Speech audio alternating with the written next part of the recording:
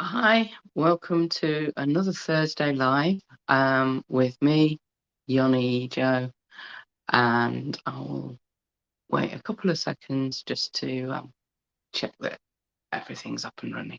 Brilliant.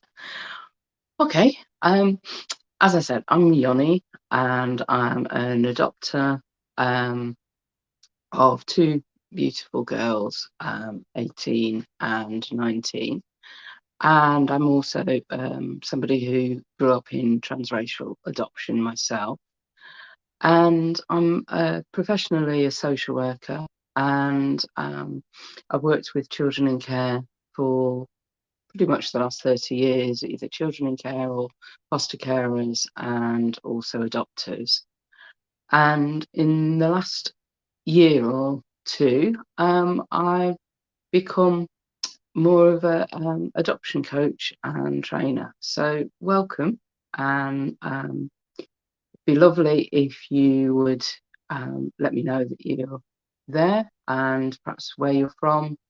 Um, if you don't click StreamYard and give permission for them to show your name, then you'll show up as a Facebook user, which is fine. If you prefer to be anonymous, that's not a problem at all.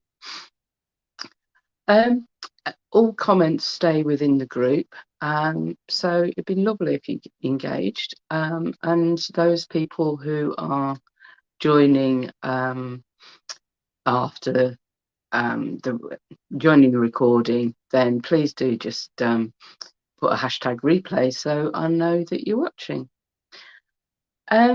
So I wanted to talk today a bit more about transracial adoption, really. I spent some time talking about it a couple of weeks ago, and the recordings in the Ambitious Adopters or the LGBT foster carers and adopters group.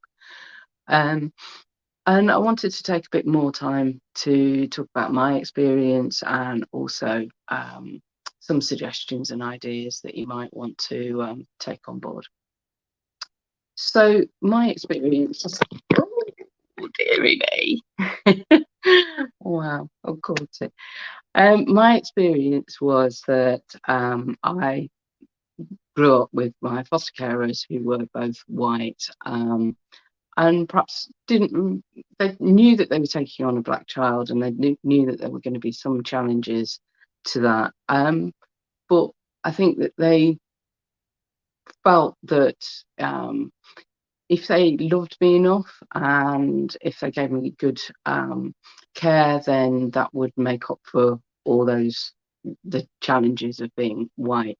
And so I grew up in a very white area in the south of England, and it was a challenge sometimes, particularly not seeing anyone who looked like me. And in fact, I remember getting really excited at secondary school because there was a black boy who was in the boys' school, whereas I was in the girls' school. They were sort of twin schools. And being really disappointed and quite upset when I sort of, like you do with teenagers, asked my friend to go and see if he would be interested in meeting me, and the barefaced sort of response was definitely not. And I realise now as an adult that perhaps he didn't really want to connect with somebody who looked like him and who looked so different than all of his friends. But so I did experience some bullying, and I guess what would have been nice if perhaps my parents had talked about race, and they didn't. And one of my big sort of learnings from that and suggestions is to really talk about race, talk about things that are happening, more and more with Black Lives Matter and COVID. People are talking about the implications of race and ethnicity. And so it's a good opportunity to sort of talk to your child about those discussions, and obviously in a child friendly and appropriate way. And so when I was a teenager, I went to London, and that was a real eye-opener, sort of living in a city where people looked like me, and there was a real diversity of people from different backgrounds. And that's, I think, really key, is even if you live in a very white area and perhaps there aren't that many people around, um, spend some time perhaps going on holiday, or to a city, or so that the child and young person can get a range of experiences and perhaps see people who look more like them. I'm formerly a quality assurance manager, and I'm always interested in figures and details, and so apologies if you're not, but I think it gives you a bit of a context. In the UK, according to the BBC, there were 80,000, just over 80,000 children in care in 2020, and only 3,440 were actually adopted. So most children were in foster care. That's the primary where they live. Black children are evidenced to wait longer than white children, and actually more than 25% of children in care are of Black, mixed, or Asian heritage. And I know,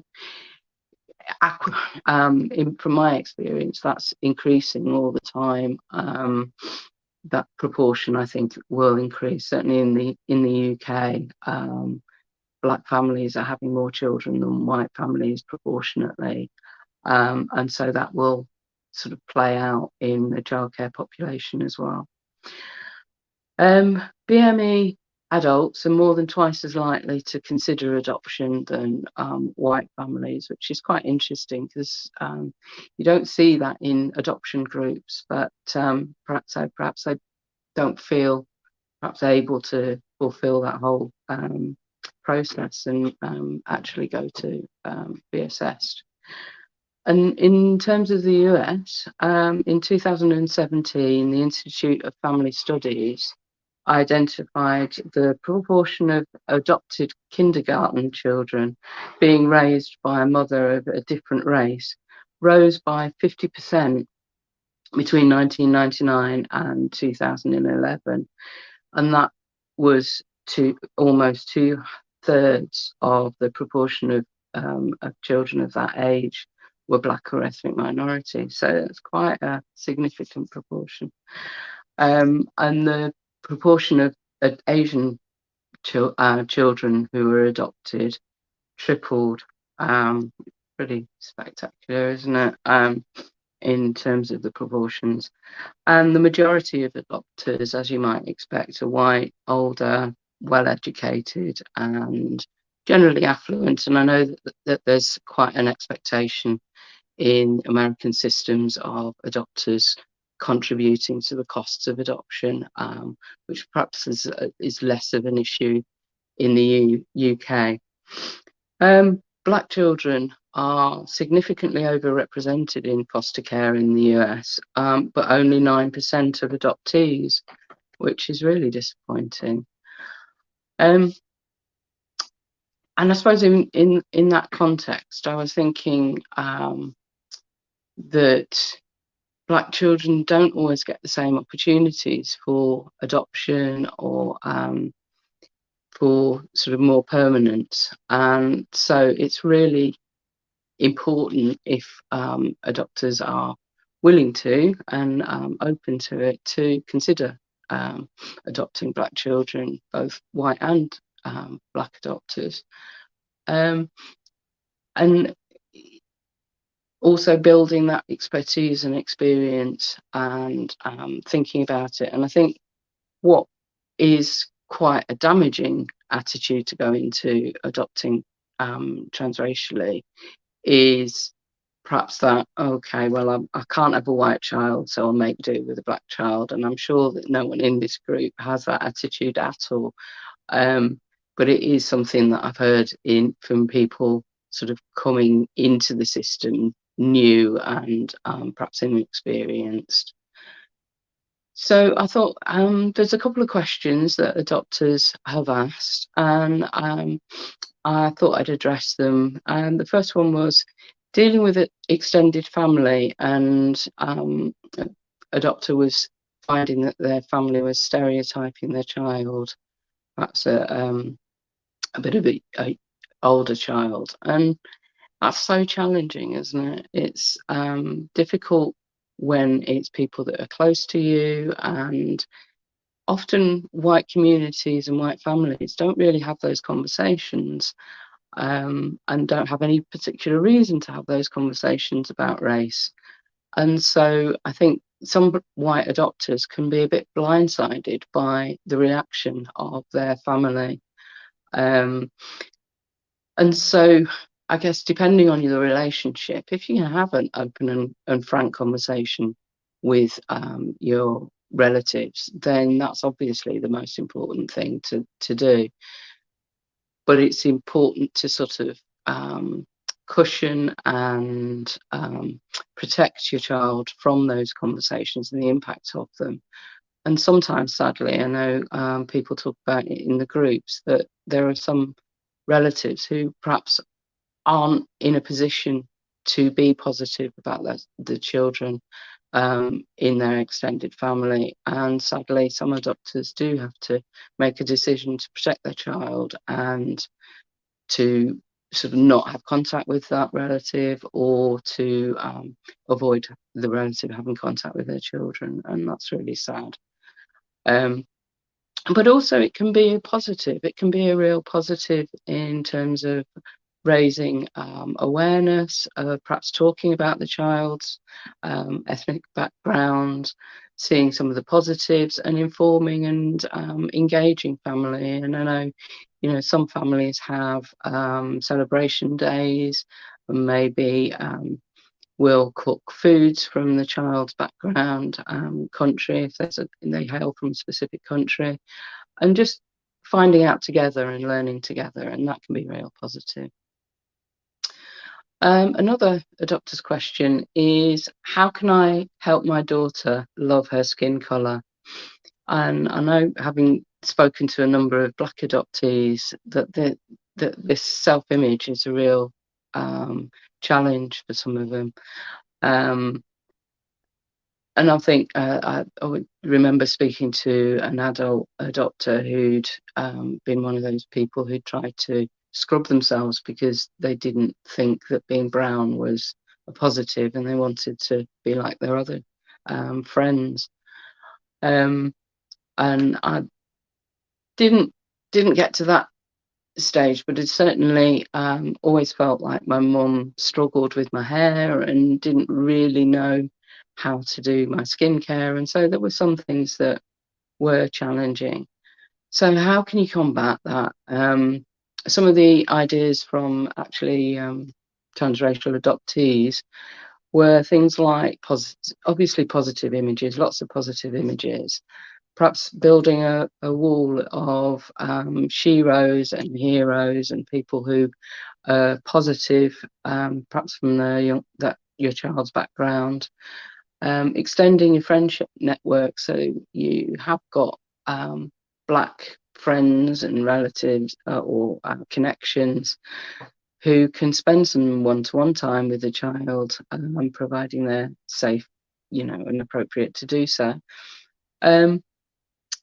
So always important to expand your books and your choices of films and TV. And I saw something that was talking about so how few children's books were involving Black children and young people.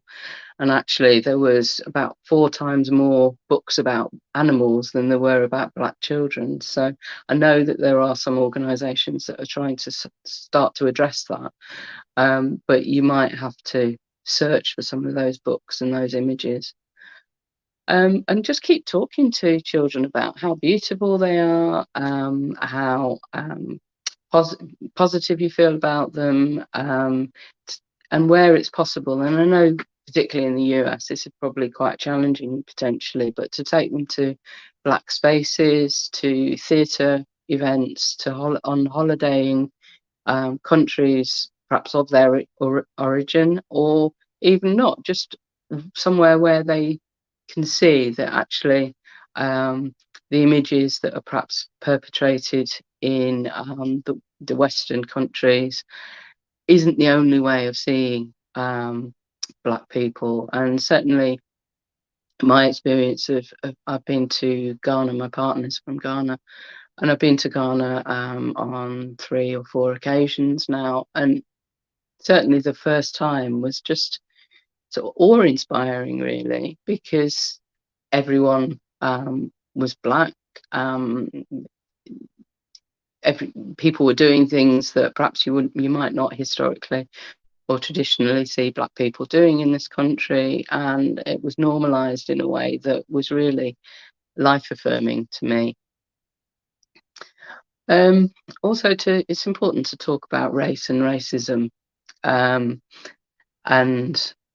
in as sort of age-appropriate way as possible, but